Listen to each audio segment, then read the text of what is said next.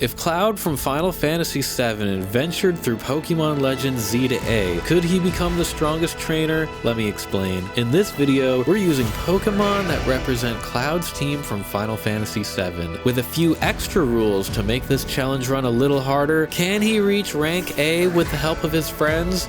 Let's find out.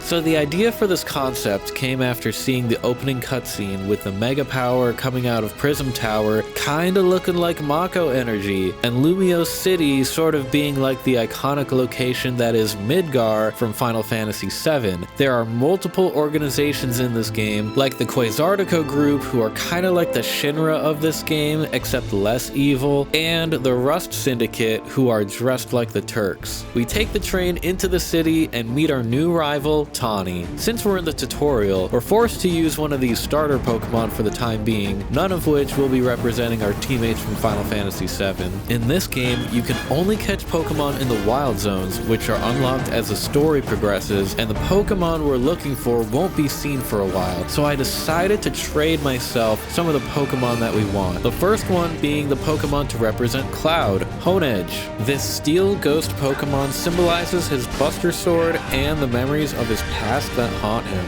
Tifa will be represented by Baniri, who evolves into Lopunny as a fast and hard-hitting Pokemon that gains the fighting type when it Mega Evolves. And Aerith will be represented by Flabebe, who evolves into Florges as an elegant fairy type with a flower motif. And now we got invited to battle in the Z-A Royale, the nightly competition where you battle through different ranks, and our first promotion match to rank up is with Zach. We take a selfie to commemorate the event and head out. After winning a few matches in the battle zone, we gain enough points to get the challenger's ticket to battle against Zach. Since Aerith has Vine Whip, a grass type move, it's super effective against the water type Slowpoke for a relatively easy win. Zach brings out Pidgey, and we get a few hits in before switching out for Cloud. The only move we can use in this fight is Tackle, since Pidgey is part normal type, and after a few of those, it goes down. Then Zach's last Pokemon, Pikachu, comes out, and we're able to use Shadow Sneak as well and take the win. Sorry, Zach. We get promoted to rank Y, and the tutorial portion of the game is mostly over, so a lot more of the map opens up, including wild zones, which have some Pokemon we're looking for, namely Litleo, who will eventually evolve into Pyroar and will be representing Red 13. In the same area, we catch Esper, who will be representing Kate Sith. And one of the side missions allows us to trade for a Heracross, who will be the Barret of our team since it learns projectile attacks like Pin Missile and Rock Throw early on, kinda like Barret shooting from his gun arm. And while we're here, we're gonna change Cloud's appearance to make him look more like his character from Final Fantasy VII. Starting with the hair, then we go to other shops in the area to change his clothes. There aren't many options that fit his original outfit, so I went with this one since he kinda has suspenders and baggy pants. When we get more money later on, we'll see if we can make other changes to his outfit. We're able to get one more Pokemon who will be our last teammate for a while, and this is Froakie, who is representing Yuffie once it evolves into Greninja. Now that we've solidified our team, we move on to the next promotion match against Yvonne, who uses 2 fairy types and a Vivillon. We don't have any moves that are super effective against her Spritzee and Swirlix, so we're stuck attacking with neutral damage with Red, Yuffie, and Tifa. With her last Pokemon being Vivillon, we can use Red's Ember and Thunderfang for super effective damage to knock her out. We take the win and rank up. After that battle, Yuffie is able to evolve to Frogadier to be one step closer to ninja status. We go through the nightly Z-A Royale to gain another challenger's ticket, and while doing so, we've leveled up enough so that Aerith can evolve into Floette. Now to face off against Xavi in our promotion match. We pop a workup to increase our attack strength, and Red 13 knocks out his Venipede with a single Ember. Xavi brings out a Kadabra, and we bring out Barret to guard guard his attack, then finish him off with a pin missile. We switch in red for his Roselia, and while it somehow withstood an Ember, a quick, swift attack knocks it out. Xavie's last Pokemon is Furfrou, who's actually quite tanky. We switch in with Tifa to go for neutral damage. We almost die to his takedown, but we protect just in time. Switch in Barrett to hopefully secure the win. Furfrou hits us with an unexpected Fire Fang, but we swing back with a Rock Smash and take him down. That brings Cloud up to rank W. Moving on to our next promotion match, we go up against Rintaro and his fully evolved elemental monkeys, starting with Simisage. We start with Red 13 with a workup and popping an Ember, but surprisingly, Simisage is unfazed. As we're low health, we switch in Barrett and protect against Simisage's attack, and funnily enough, Simisage protects itself, but our Aerial Ace takes it out. Rintaro brings out Simisear, and this is the perfect job for Yuffie. Again, his Pokemon guard against ours really well, and we get some protection of our own. Her Water Gun doesn't do that much damage, but then she uses Bubble Beam to do a lot more. We get one more quick attack in, and it's just not enough, so we switch in Tifa to do a quick attack of her own to knock him out fast. The last Pokemon to beat is Simipour, and we don't have really anything that's great against this right now. We switch in Cloud hoping to do more physical damage, but Simipour uses Bite. Then because I forgot Cloud has really low special defense, a few water moves from Simipour take us down. I just remembered that Aerith has one grass type move to help us deal with this. Unfortunately, Simipour protects against it, so we just decide to go all in with our fairy type moves using Moonblast and Draining Kiss to take the win. Now Cloud advances to rank V.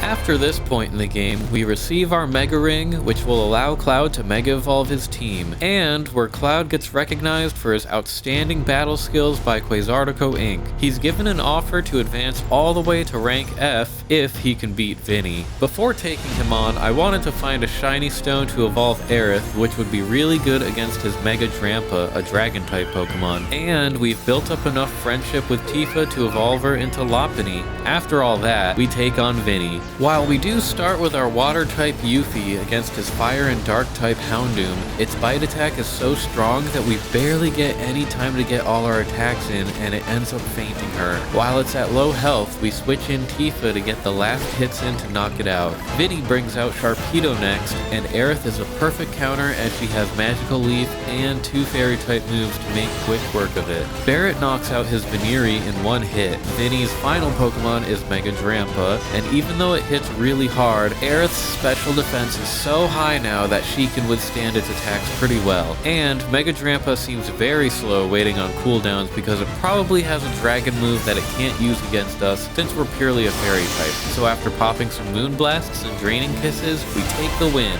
which takes us all the way to rank F. After that hard battle, we're now able to get Cloud's Buster Sword to his next evolution, and since we picked up a Dusk Stone along the way on our adventure, we get him to his final evolution. We get Yuffie to her final evolution as well, as she's now a full-fledged ninja. And lastly, we get Red 13 to his final evolution. We're asked by Vinny to help Quasartico deal with the rogue Mega Evolutions happening around the city, and we happily oblige.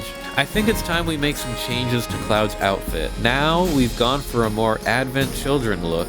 After we finish shopping, we're now ready to take on the first rogue Mega Evolved Pokemon, Mega Slowbro. I wanted to give Cloud a chance to shine with his new evolution. However, even with being able to use plus moves from getting the Mega Ring, he's not doing enough damage. And since Cloud's defenses are so low in his Blade form, Mega Slowbro's Whirlpools knock him out. Since Aerith has high special attack and special defense, I thought she might be a good fit for the fight. Additionally, she has Magical Leaf, which is super effective against Mega Slowbro. After a handful of Moonblasts and Magical Leaves, we secure the win. After that, we go straight into the next fight with Mega Camerupt. This one is pretty easy as it is 4 times weak to water moves, and Yuffie has plenty of those. Lastly, we take on the third rogue Mega Evolved Pokemon, Mega Victreebel. Starting this battle out with Barrett since we got the Mega Stone for him, and he has access to Bug and Flying type moves which are super effective against Victreebel. Bell. Unfortunately, Victory Bell's poison pools later on in the fight do a lot of damage, so we switch in Red 13 to deal some fire damage. Due to some poor positioning on my part, Red ends up taking a lot of damage from the poison pools, so I switch in Aerith to cast Wish in order to heal a Pokemon in a few moments, and I switch in Barret to receive that heal just in case Victory Bell pulls anything funny. And one last lunge from our boy secures the win.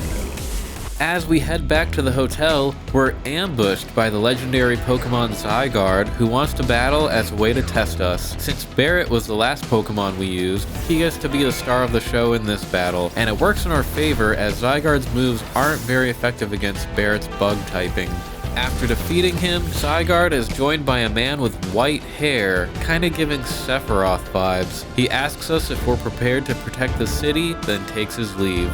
Back to the Z-A Royale, our next opponent is the streamer Kanari, who specializes in electric Pokemon. While ground types would be effective against her, Cloud doesn't have any in his party, though Red 13 does have a ground type move. Since Kanari starts with Heliolisk, who is part normal type, I start the fight by switching in Barret, who is part fighting type. I try to get a Brick Break in, but the sneaky Heliolisk used Volt Switch to avoid it. I use other moves while waiting for Brick Break's cooldown to end, then we knock out Heliolisk. Kanari brings out Ampharos, and this would be perfect for Red to use his Earth power. Unfortunately, it doesn't do as much damage as I'd hoped, so with a well-timed switch, we bring out Cloud to dish out pure damage. We do take a lot of damage ourselves since Cloud's defenses are weaker in Blade form, but one more Shadow Sneak and we secure the kill. Kanari brings out Stunfisk, and we bring out Red again. Red will be weak to Stunfisk's ground moves, but we pop a workup to increase our special attack strength and deal a solid chunk of damage with Earth power to knock it out. Lastly, Kanari's ace Pokemon is Mega Electros, and this is where things start to go south. I bring out Aerith hoping to withstand some of the damage, but Electros gains a massive offensive boost from its Mega Evolution, and in a panic, I mistimed using Protect, so Aerith went down. I bring out Red hoping to use Earth power, but I forgot that plus moves and Mega Evolved moves can damage you even when using Protect. Again, in a panic, I misclicked the wrong attack and Electros is destroying my team. We're hoping to deal just raw damage to it at this point, so we bring out Barret. We get a few hits in, unfortunately miss one attack because Electros was in the animation for when its Mega Energy ran out. We do protect one of the attacks, trying to get one more hit in, but Electros' attack lands faster than ours. Thankfully, we can always count on Tifa to be faster than any Pokemon with its quick attack to secure the win of one of the hardest fights in this run so far, and with that fight out of the way, Cloud advances to rank E. Our next order of business is to handle another round of 3 Mega Evolved Pokemon, but we're more concerned with the trainer battles from here on out. And our next one is our promotion match against Ivor, who uses fighting type Pokemon. Now this one I'm feeling confident about because we have Aerith, who's a fairy type, and Barret, who takes less damage from fighting type moves with his bug typing. And we also got Tifa's Mega Stone. Before our fight with Ivor, we do have another addition to our team in the form of Vincent, who will be represented by Noibat. You might be thinking, how does that make sense? Noibat has the vampire bat vibes that Vincent has, plus Vincent can turn into a beast-like form, which looks Noivern-esque. And his final form, Chaos, can fly like Noivern, so that's my rationale. None of it really matters though, because our party is already pretty solid without needing a dragon or flying type, so we may not use him at all. Speaking of Pokemon we haven't used at all, sorry Kate Sith. We'll evolve you, but you probably won't see the light of day, except in this battle against Ivor. We give him a try by having him set up Reflect to weaken Ivor's physical attacks. We switch in Aerith for a Moonblast, which surprisingly doesn't kill Heracross in one hit, but we follow up with Energy Ball to finish the job. Ivor brings out Medicham, and we decide to heal with Synthesis as well as cast Wish for the next Pokemon we plan to switch in, which is Cloud's Buster Sword. He tries to go in with a Shadow Claw for super effective damage, but Medicham protects against it.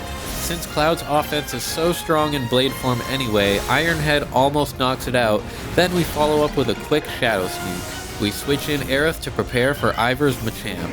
We try healing up with Synthesis and Wish, but I forgot Aerith's physical defense actually leaves much to be desired, so we attempt to cast Moonblast as our swan song, and Machamp takes Aerith down. Since Machamp is at low health, I want to see if Vincent can finish the job, and with an Air Slash he certainly does.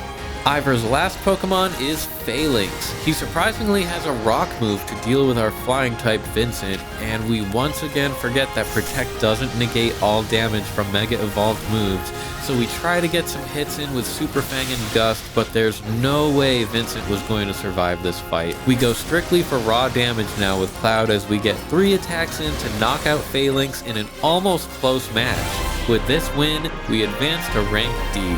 Now we are at the point in the game where Tawny puts us into debt with the Rust Syndicate. Because we're nice, we walk up onto the Rust Syndicate's front door to have a chat with them. We're confronted with their boss's bodyguard, Philippe. I wasn't sure how this was gonna go, but it was actually worse than I could have imagined. Things start out well for the most part. Red 13 protects against his Steelix's rock move, then we pop Work Up followed by a Flamethrower to knock him out in one hit. Philippe brings out Scizor next, and since it's 4 times weak to fire, one Flamethrower was enough to quell it. Philippe's last Pokemon is Skarmory, and this is where things take a turn for the worst. He's able to Mega Evolve it, and its stats get crazy, becoming not only super fast, but super strong as well. We're caught off guard by Mega Skarmory having Drill Run, which Red is weak against, and he deals attacks so quickly that Red gets defeated. In a panic, I once again forget that protection moves don't work against Mega Evolved Pokemon, so my attempt to have Barrett use Rock Blast doesn't work in our favor. He ends up defeating the rest of Cloud's party, and this is the first time in our run that we have lost a battle. In the next attempt, we try setting up Reflect with Kate Sith, hoping to block some of that attack damage. It starts off well enough, but Skarmory's Drill Run lands quicker than our Flamethrower. I hoped that Barrett's Rock Blast would do something to it, but it barely deals any significant damage. In a panic, I switched in Cloud since Barrett was getting low, but during his form change animations, Skarmory gets a quick Night Slash in which kills Cloud. We give up this fight to try again with a new strategy. Since Skarmory's Drill Run has been decimating Red 13, I decide to buy a Shuka Berry, which weakens a super effective ground type move when held by a Pokemon. And for safety, we also buy a Koba Berry, which will weaken a super effective flying type move, and have Barrett hold it in case we need to switch him in. Now that Cloud is fully prepared to deal with Philippe, we start the battle with Yuffie because I want to preserve as much of Red's HP for the Skarmory fight, and Yuffie's water moves are still super effective against Steelix. A few water shurikens and down Steelix goes. We switch in Red for the Scizor fight since that's an easy one-hit kill. Skarmory opens with a Drill Run and our Shuka Berry did its job, and then we activate Flamethrower and... oh no. I cannot see, I'm legally blind. Or pretend that didn't happen. Anyway, Yuffie takes out Steelix, Red takes out Scizor, and now for the moment of truth. Can we beat Skarmory? We set up with Work Up, then we use Flamethrower, and while it did a substantial amount of damage, it wasn't enough to kill, and Skarmory gets 3 hits in that knock out Red. We bring out Barrett, hoping a Rock Blast will end this quickly. Skarmory does hit us with an Air Slash, and that Koba Berry doing work, and we land the Rock Blast to finally beat Philippe. That was way more difficult than I anticipated. Now we can finally meet the boss of the Rust Syndicate, Corbeau, who will task us with odd jobs to pay off Tawny's debt. On top of that, we also have another round of rogue Mega Evolved Pokemon to deal with. After completing all these objectives, we're able to get to our next promotion match, and lo and behold, it's against none other than the Rust Syndicate boss himself. We know that Corbeau uses Poison-type Pokemon, so our best option to defend against this is Cloud, since Steel types resist all poison attacks. And Cloud can learn 2 Psychic moves which Poison is weak against. While Arbok does hit us with Fire Fang for super effective damage, our Shield form handles the brunt of the damage. We strike with Psycho Cut and Zen Headbutt to easily take him down. Next, he brings out Gyarados, which I forgot about. Gyarados hits us with a very strong crunch. We attempt to hit with Head Smash, and our attacks end up knocking each other out. I'm still happy about this because Corbeau's next Pokemon is Roselia, which will be weak to Red's fire moves, and all it takes is one overheat to destroy her. Corbeau's last Pokemon is Mega Scolipede, which Red would be perfect for. However, it protects against our overheat, which is our ace move, and while our follow-up with Heat Wave does decent damage, Scolipede destroys Red with its raw strength from Mega Evolving. We bring out Barret hoping our own raw strength can carry us to the end. Hope to land a Rock Blast, which is unfortunately protected by Scolipede. Thankfully, we have the extremely powerful Mega Horn to land the final blow and win us the battle. Now that we advance to rank C, we're closer to becoming the strongest trainer in Lumiose City. That whole episode with the Rust Syndicate, Tawny's debt has been officially paid off, and a few more Wild Zones have been unlocked, namely Wild Zone 17, which has the Pokemon who will be representing Sid, Skarmory. Yes, its typing overlaps with the Steel type in Cloud and the Flying type in Vincent, but it's literally perfect. Its wings are sharp like Sid's spear, and Sid flies an airship. Since we're so close to the end of the game though, it most likely will be benched for the rest of the run. Before moving on to the next part of the story, I think it's time we change our outfit one more time. We now have access to a new clothing store at this point in the game, and it has one of the few short-sleeved options for clothes. And even though the ribbon on the front doesn't fit Cloud's aesthetic, this is probably the most Cloud-like he's looked all game, so we're gonna roll with it. After defeating another round of Rogue Mega Evolved Pokemon, we're now approached by the Society of Battle Connoisseurs to take part in their tournament, and it starts with a warm-up match with Laban. Things start out pretty easy, but her final Pokemon is Mega Dragalge, which has a lot of coverage moves and a strong special attack stat. I tried chipping away at its health with multiple Pokemon who end up getting knocked out, and in the end, it's Cloud that secures the win. We arrive at the location where the tournament is taking place, and it involves a lot of our past opponents, and they're still not easy. Our next opponent is the Streamer Canary. Tifa does easily handle Heliolisk though, and a well-timed Protect allows Red to get some hits in to deal with Ampharos. We assign Ice Punch to Tifa to deal with Stunfisk, and after a few more quick hits, Stunfisk goes down. Now for the last fight, Mega Electros hits like a truck with its special moves, so we bring in Aerith to endure those moves with her high special defense. We go for pure damage with Moonblast, followed by Synthesis to heal ourselves, then after a few more hits, Aerith knocks out Electros. Our next opponent in the bracket is Ivor, and we're well prepared as Cloud has some flying and psychic coverage moves to deal with Ivor's fighting types. For his Mega Phalanx, Cloud is unaffected by fighting type moves since he's a ghost type, so after popping Swords Dance and getting a few hits in, Phalanx goes down. Our last opponent before the final match is Corbeau, thankfully,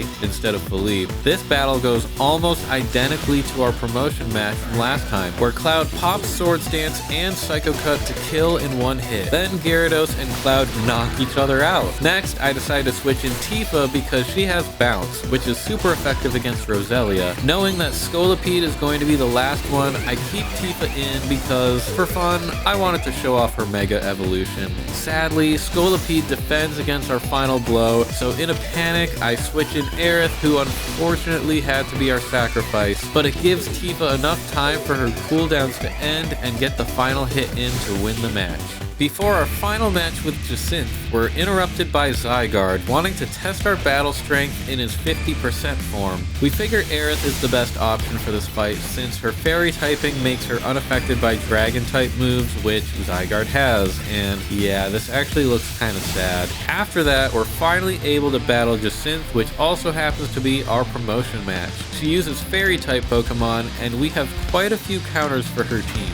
She starts with Carbink, and we start with Aerith because she has Energy Ball, which is super effective against Carbink's rock typing. After popping 2 of those, Mawile is next. This is a job for Red, and one overheat is enough to do it. Aurorus is next, which actually gives us a few problems. I go in thinking it's weak to fire since it's an ice type, but it's also part rock, so Red deals a little damage before we switch out. Since the combat in this game is so fast, I don't know what I was thinking here, but I switch in Yuffie in a panic, and Aurorus ends up freezing her. Realizing I have a Pokemon that is 4 times super effective against Aurorus, I bring out Cloud to use a single Iron Head to knock it out. Gardevoir is next, and with a single Shadow Claw, we're able to bring her down. Jacint's final Pokemon is Mega Clefable, which gains the Flying type, and even though Tifa gains the Fighting type when Mega Evolving, which is weak to both Fairy and Flying, I wanted to have fun with Ice Punch. It does a solid chunk of damage, and even though Clefable protects against the Quick Attack, we deal the finishing blow with a quick Mach Punch to take the win. Now that we advance to rank B, the hardest fights in the game are ahead of us. Before them though, we deal with the last round of Rogue Mega Evolved Pokemon, except before Mega Starmie, we're confronted by what seems to be our arch nemesis in this game, Philippe. Thankfully, we're more prepared for him this time, and the start of the battle goes pretty smoothly. When he brings out Mega Skarmory, Red 13 attempts to one-hit kill with Overheat, but of course Skarmory protects itself. And since Skarmory's Drill Run is lethal for Red, we switch him out for Tifa, who has Ice Punch. Miraculously, it freezes Skarmory, and this gives us the perfect chance to switch Red back in with a well-deserved Overheat.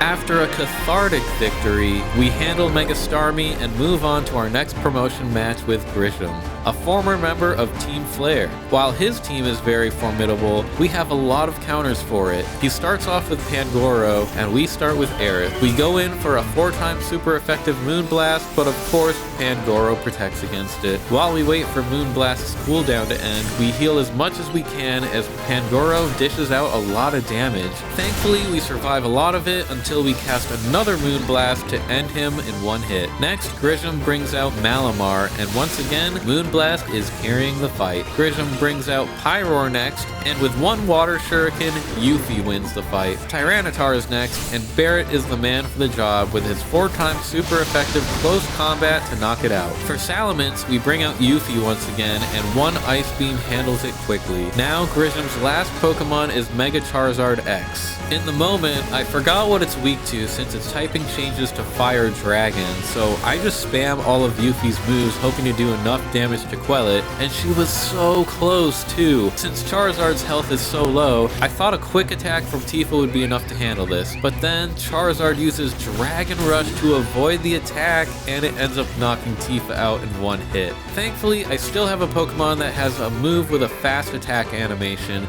and that is Barrett with Aerial Ace. He lands a blow and it ends his battle once and for all, which earns Cloud his promotion to rank A. But we're not the top dog just yet, because Tawny tells us she's also advanced to rank A, and it's at this time that another significant event is taking place, which is the Prism Tower erupting with Mako energy, which could destroy the entire city. As we investigate, it turns out only the strongest trainer will be able to handle the tower with Mega Floette, so this means Cloud and Tawny have to battle to decide who is the strongest trainer in Lumio City. This is the final showdown to decide if Cloud can beat Pokémon Legends Z-A. Tawny brings out Meowstic and we bring out Yuffie. Things go well in this fight despite Meowstic using a Thunderbolt on us. Goodra is up next, and though Aerith's Moonblast hits, Goodra is very tanky, but against special attacks, Aerith is tanky as well. After waiting for the cooldown to end, Aerith's second Moonblast wins the fight.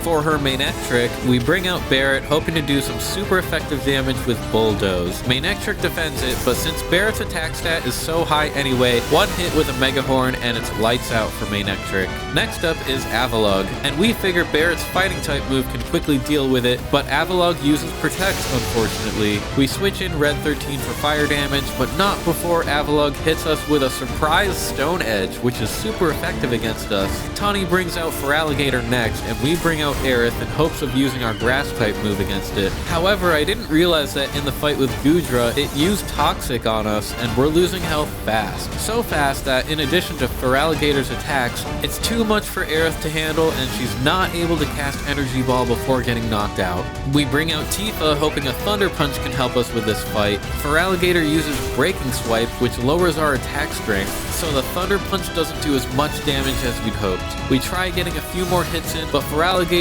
Ice Fang freezes Tifa. We switch in Barrett to go in for raw damage now, and we do just that as he charges Feraligatr with Mega Horn to knock it out. And Tawny's last Pokemon is Mega Emboar, and this is where things go south. We switch in Yuffie for obvious water damage. Unfortunately, Embor hit her with an unexpected Thunder Punch that knocks her out in one hit. It's not looking good. We bring out Barret in hopes that Bulldoze will do super effective damage, but Embor's Flare Blitz goes off faster than our move and it takes down Barret in one hit. We're down to 3 Pokemon, one of which is on its last legs, another is frozen, and another is weak to fire. We try to see if Red's Earth Power can go off, but Embor's Stone Edge is much quicker. As we're down to our last 2, I mostly plan to give up and try again on a second attempt. So I bring in Tifa just to get knocked out. Then we bring out Cloud, and I forgot that he has Head Smash, which would have been super effective against Embor. Sadly, in a panic, I used Shadow Claw. Then Embor hits us with a Flare Blitz for super effective damage and ultimately defeats us. Well, Tawny, that was pretty fun. Surely we can do a rematch and... wait. So, on my first playthrough of the game, I won this fight and thought nothing of it. Then, when I lost this battle on this playthrough, I thought, oh, since I lost, it'll let me attempt a rematch like most Pokemon games. But no! The game continues on whether you win or lose, and since there's no option to turn off autosave, and I didn't stop the game before the final blow was delivered, I couldn't go back to the beginning of this battle. With that deciding match, it appears that Cloud is not the strongest trainer in Lumio City and could not beat Pokémon Legends Z-A. Perhaps Tawny was the Sephiroth of this game all along, but we're still tasked with saving the city, I guess. So we go through the streets, defeating rogue Mega Evolved Pokemon to eventually get to Tower to defeat Ange with our team alongside Zygarde, who quells the Mega Energy in order to save the city, but it still doesn't feel like a win. Perhaps Cloud can try again in another region in the future, but for now, let's remember the team that brought us here.